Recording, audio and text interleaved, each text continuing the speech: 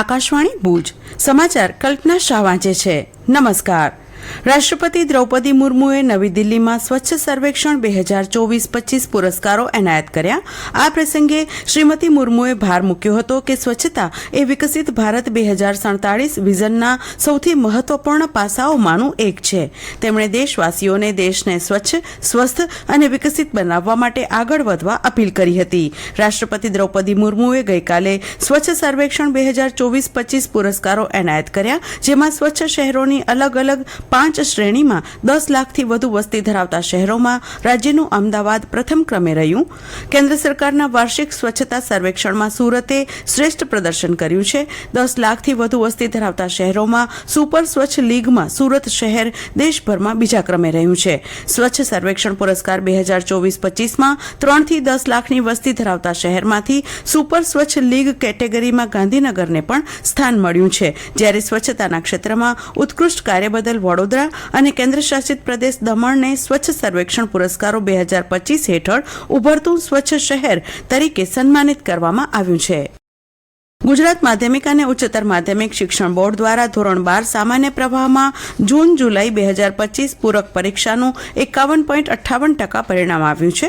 પરીક્ષા માટે 40,865 પરીક્ષાર્થીઓ નોંધાયા હતા, જેમાં 33,731 વિદ્યાર્થીઓ ઉપસ્થિત રહ્યા હતા. તે પૈકી 17,397 પરીક્ષાર્થીઓ પ્રમાણપત્ર મેળવવાને પાત્ર થયા છે. ઉપરાંત ગુજરાત માધ્યમિક અને ઉચ્ચતર માધ્યમિક શિક્ષણ બોર્ડ જૂન-જુલાઈ 2025માં યોજાયેલ ધોરણ 10 અને સંસ્કૃત પ્રથમાની પૂરક પરીક્ષાનું પરિણામ ગુજરાત માધ્યમિક અને ઉચ્ચતર માધ્યમિક શિક્ષણ બોર્ડની વેબસાઇટ પર આજે સવારે 9 વાગે જાહેર કરાશે.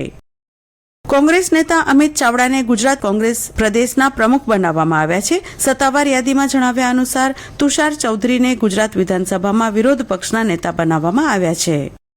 રાજ્ય સરકારની સૂચના અન્વયે કચ્છ જિલ્લામાં વરસાદથી ક્ષતિગ્રસ્ત થયેલા રોડ રસ્તાઓના રિપેરિંગની કામગીરી પૂરજોશમાં ચાલી રહી છે. કચ્છના માર્ગ અને મકાન વિભાગ દ્વારા તબક્કાવાર રીતે વિવિધ રોડનું સમારકામ કરીને રસ્તાઓને પરિવહન માટે સુગમ બનાવવામાં આવી રહ્યા છે. કચ્છના અંજાર શહેરથી ભુજ તેમજ ગાંધીધામને જોડતા માર્ગ પર ભારે વરસાદથી ખાડાઓ પડ્યા હતા. જોકે માર્ગ અને મકાન વિભાગ રાજ્યની ટીમ દ્વારા અંજાર શહેરમાં રોડમાં ડામર પેચવર્કની કામગીરી કરવામાં આવી છે. ભુજ અંજાર ગાંધીધામ સ્ટેટ હાઈવે ઉપર તબક્કાવાર રીતે ડામર પેચવર્કની કામગીરી શરૂ કરાઈ છે. રાજ્ય સરકારની સૂચના અન્વયે સમગ્ર રાજ્યમાં બ્રિજ અને પુલના ઇન્સ્પેક્શનની કામગીરી કરવામાં આવી રહી છે.